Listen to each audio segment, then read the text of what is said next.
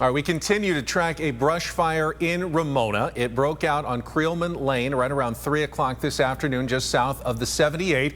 The fire is impacting all the way from Ramona to the San Diego Country Estates. The fire latest reported at 315 acres with zero containment, although as we've seen, fire crews like those on your screen have been battling. We've also seen tankers and helicopters from the air dropping water and fire retardant on the flames.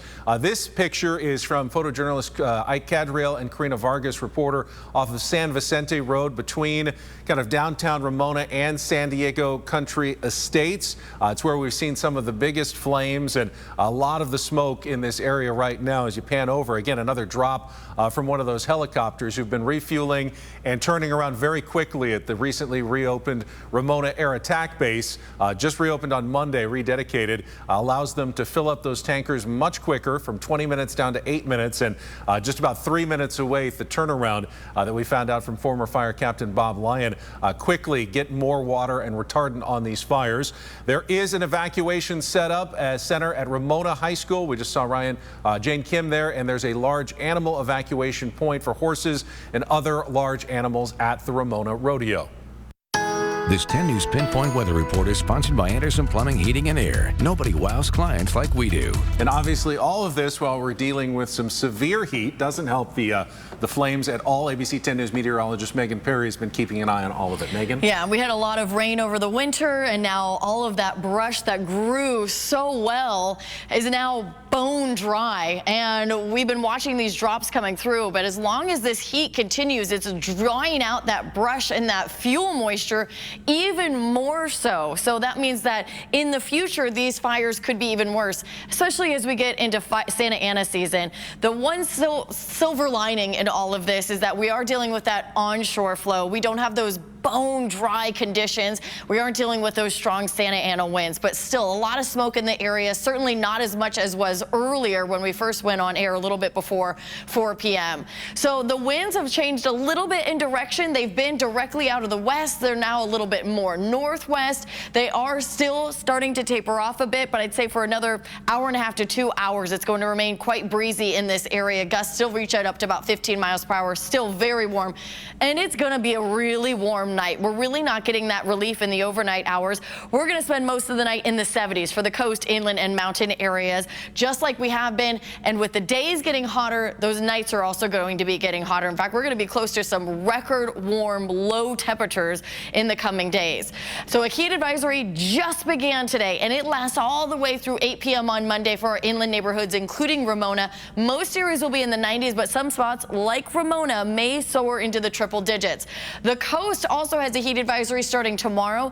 The beaches will be in the 70s and 80s, but you go a little bit farther inland, areas like Mission Valley, Tierra Santa, right in Vista, those are the areas that could get closer to those 90s. Meanwhile, that heat advisory for the mountains was upgraded late last night to an extreme heat warning. The deserts are in an extreme heat warning. Those also last until Monday night. Most mountains will be in the 90s, but some of the lower elevations like Campbell will warm into the triple digits in our deserts. By this weekend, temperatures will be nearing 120 degrees. It's still hot there. 111 in Ocotillo Wells, 70s and 80s for the coast all the way out to the mountains. And it is going to remain warm all night in the 70s, even into the early morning hours tomorrow. Inland neighborhoods, there may be a few areas that do cool down to the 60s early in the morning. We're only going to be there for a few hours. Most of the night will be spent in the 70s. When I saw you at 11 o'clock last night, many areas were still in the mid 80s. Chula Vista was still in the low 80s at 11 o'clock last night. So really warm nights, really hot days, makes it hard for your body to cool off. This humidity is no joke. We're not used to it here in San Diego.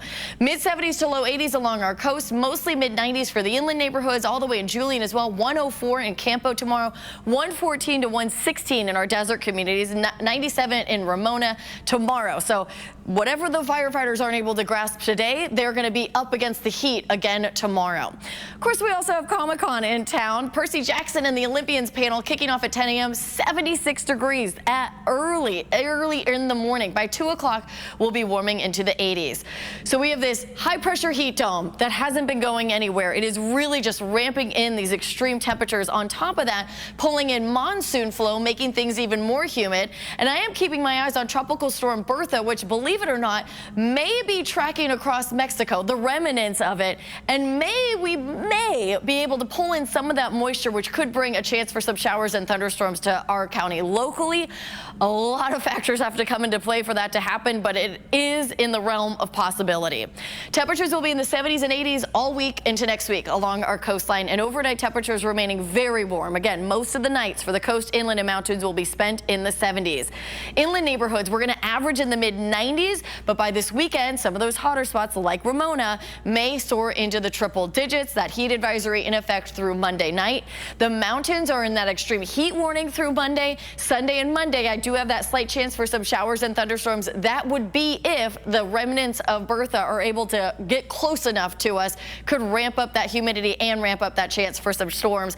Minimal, but not a 0% chance for monsoon storms the next couple of days. I'd say about 5 to 15% chance.